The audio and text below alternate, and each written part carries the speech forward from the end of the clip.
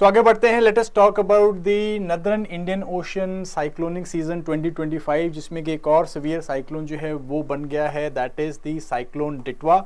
और ये ऑलरेडी जो है श्रीलंका में लैंडफॉल कर चुका है, जिसके कारण अगेन श्रीलंका में काफ़ी जानो माल का नुकसान हुआ है। More than 100 people have been killed and बहुत ज़्यादा जो है यहाँ पे फ्लड्स एंड लैंडस्लाइड देखने को मिल रही हैं। And according to IMD this cyclone is going to hit the southern India also around 30 November के आसपास में।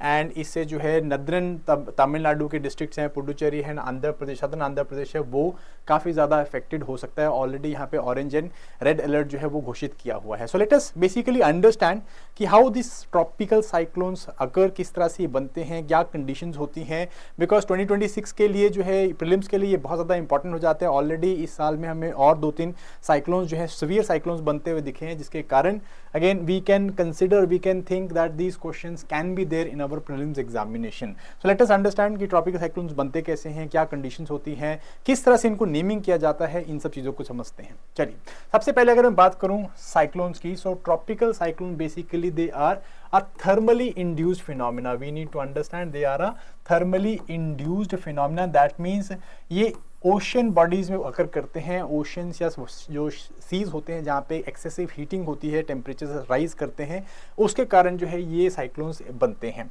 ये साइक्लोन जो है इसका नाम बेसिकली आया इस तरह से बिकॉज यहाँ पे हम क्या देखते हैं, एक लो प्रेशर सेंटर देखते हैं। आपने इस तरह की जब भी आप लोगों ने इस तरह की वेदर फोरकास्ट देखे होंगे तो इस तरह के साइक्लोनिक सिस्टम देखे होंगे, तो इसमें बेसिकली सेंटर में एक लो प्रेशर आई होती है और इसके आसपास में जो विंड है वो कर्ल कर रही है towards this low pressure centre. ठीक है, similar to the coil of the snake. So basically Greek में साइक्लोन का मतलब ही क्या होता है, कॉइल ऑफ द स्नेक। जैसे मैंने आपको बताया, this is a thermally induced phenomena.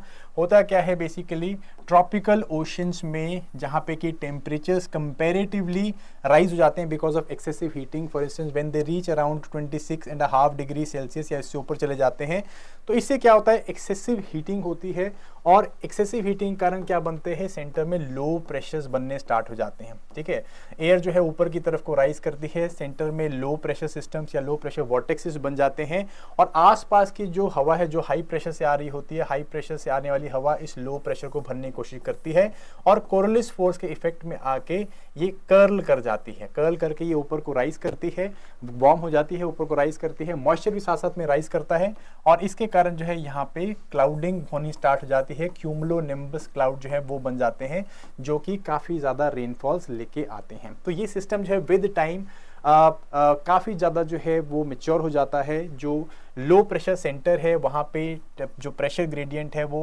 880 मिलीबार्स तक पहुँच जाता है, आसपास जो है 1000 मिलीबार्स तक चला जाता है।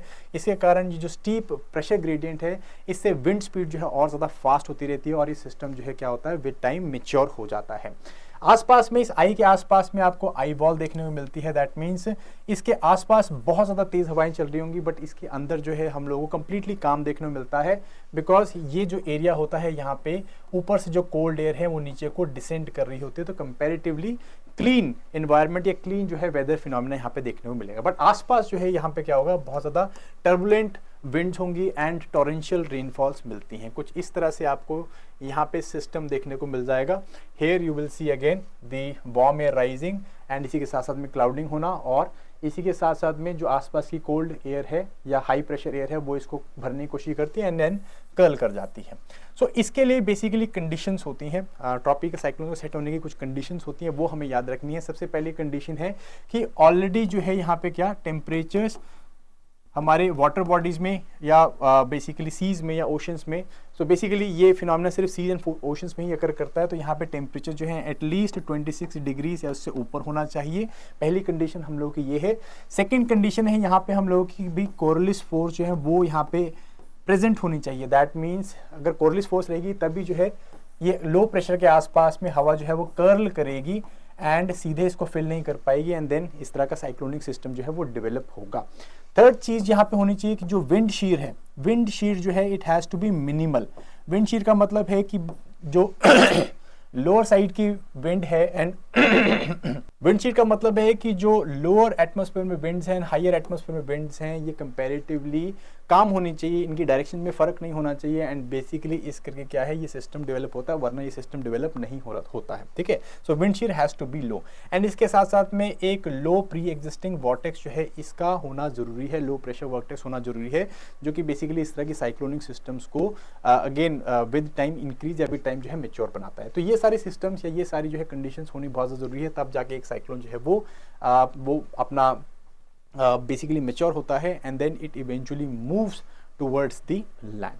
ट्रॉपिकल साइक्लोनिक कैरेक्टरिस्टिक्स की और बात करूं मैं तो जैसे मैंने बताया they are thermally induced phenomena, ये छोटे एरिया को कवर करते हैं, that means they will be effecting maximum 100 to 500 square kilometre of area, but the thing is कि ये बहुत ज़्यादा डेविस्टेटिंग होती है बिकॉज यहाँ पे विंड स्पीड जो है वो बहुत ज़्यादा तेज़ होती है, they can reach anywhere from 60 kilometres per hour goes all the way till 250 plus kilometres per hour, इतनी तेज़ चली जाती हैं।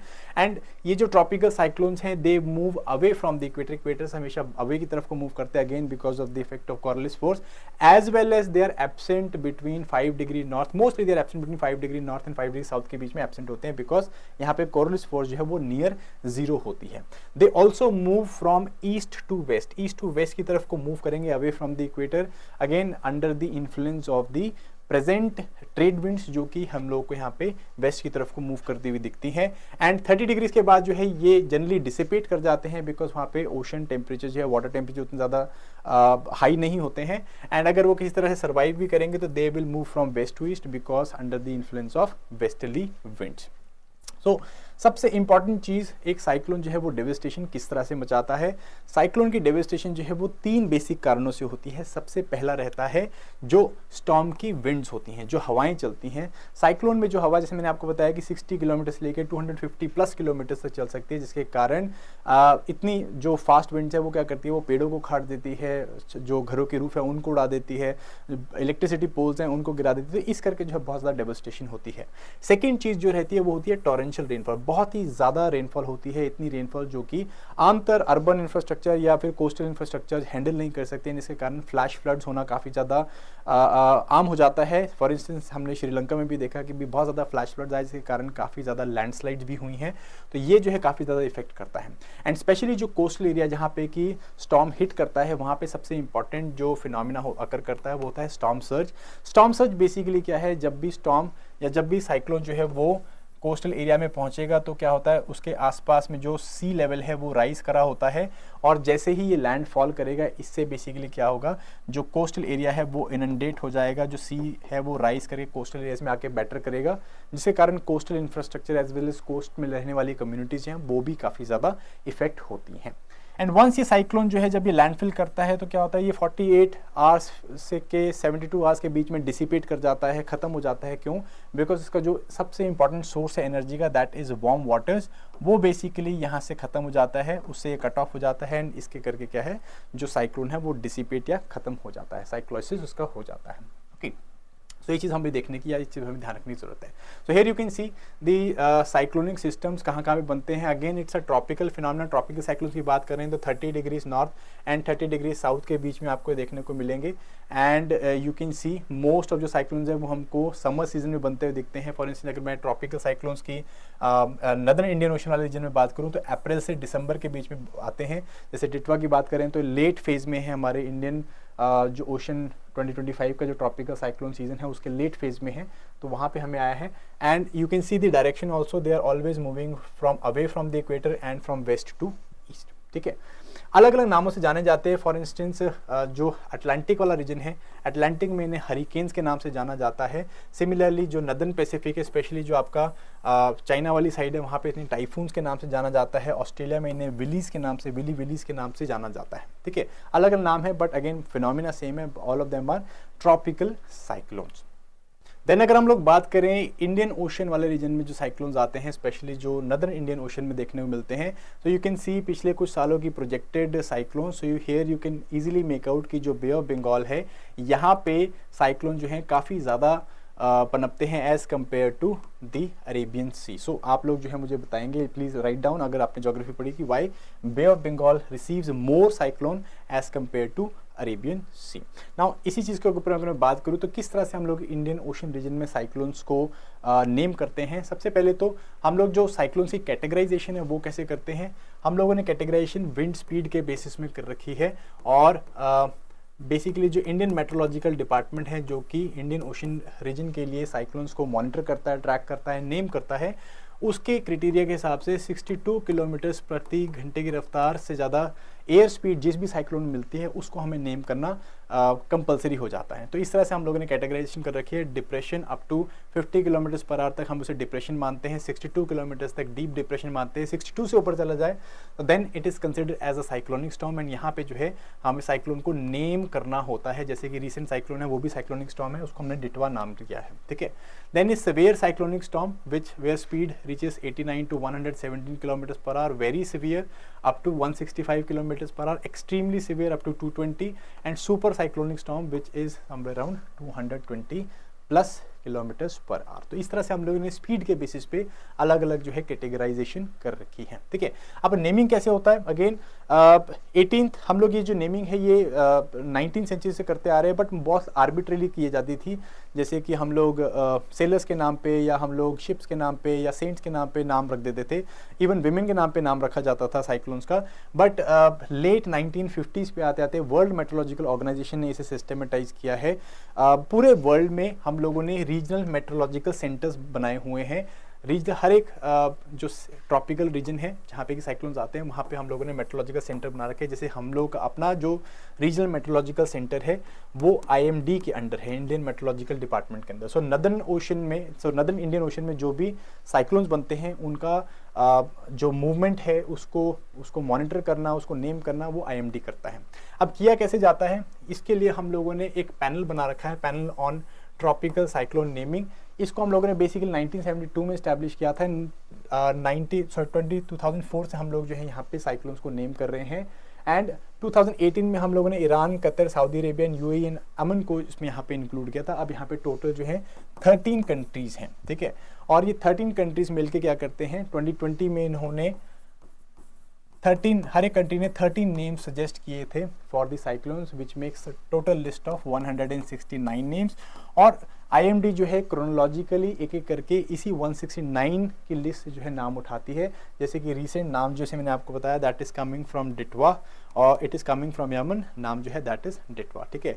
नेक्स्ट जो है फिर बांग्लादेश की बारी आ जाएगी और अब जो है हम लोग जो नाम यूज़ करेंगे that will be Arnab, okay.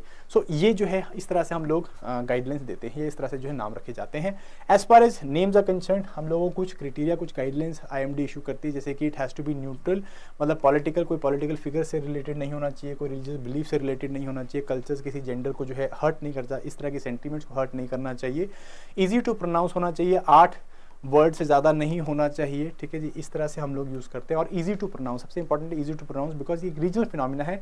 बहुत सारी कंट्रीज़ जो है जो एक साइक्लोन से इफेक्ट होती हैं तो they need proper communication channel. In communication channels के लिए दे नीड अ नेम जिसको इजीली प्रोनाउंस कर सके ताकि इन्फॉर्मेशन डिसेमिनेशन और ज़्यादा फास्ट हो सके, ठीक है। तो इसके अलावा अगेन वो साइक्लोन जिसका नाम ऑलरेडी हमने यूज़ कर लिया उसको हम लोग कभी रिपीट नहीं करते। वो साइक्लोन्स के साथ जैसे ही साइक्लोन डिसिपेट होता है उस नाम को भी रिटायर कर दिया जाता है। तो इस तरह से बेसिकली साइक्लोन जो है आते हैं और इस तरह से हम लोग साइक्लोन्स का नेमिंग करते हैं।